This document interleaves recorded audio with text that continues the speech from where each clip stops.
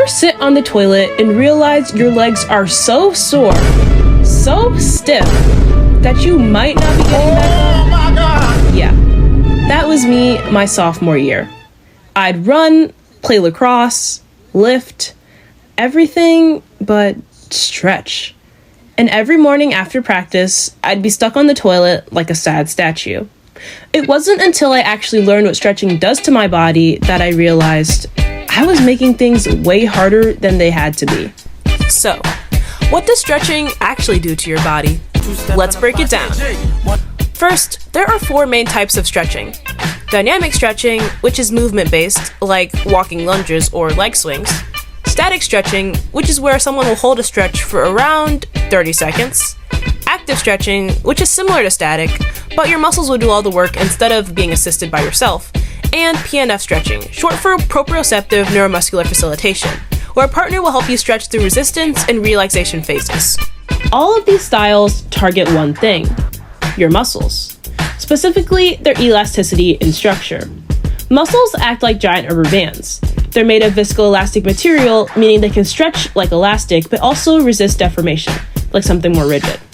This combination allows your muscles to elongate during stretching, but not forever.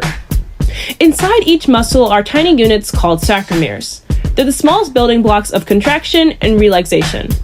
When you stretch, sarcomeres relax and lengthen. That elongation pulls on the surrounding tissue, like tendons, improving your overall range of motion. Hold a stretch for 30 seconds, and your muscle actually begins to adapt, losing some of that resistance. But here's the catch.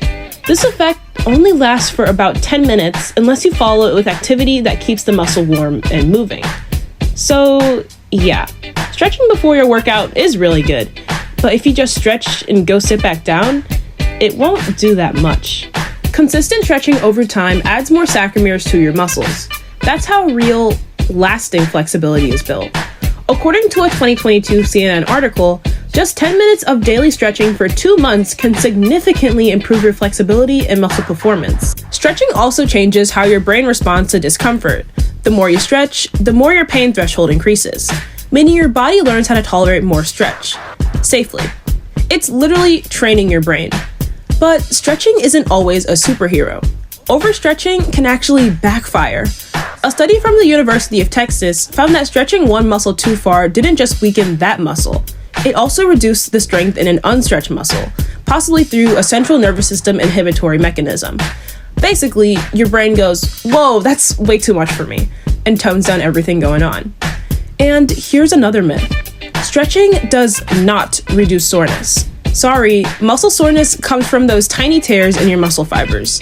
And while stretching may feel good, it won't fix those micro injuries. Stretching can also be sport specific. Take cross-country running, my sport for example. Since we stay in a pretty small range of motion, excessive stretching won't really prevent injuries like shin splints or ankle rolls. On the other hand, if you're a tennis player or a gymnast, you may need flexibility that's explosive and broad. 2 completely different needs. So, to recap, muscles are viscoelastic. Stretching increases your sarcomere length and the number of sarcomeres you have in your body. You need to stretch consistently for lasting flexibility. Overstretching and the wrong kinds of stretching can actually cause harm. And finally, stretching won't reduce any soreness and is not a one-size-all-fits solution. But if done right, stretching can improve your performance, your flexibility, and your relationship with your own body. Nowadays, I stretch every day, and I haven't been stuck on that toilet since.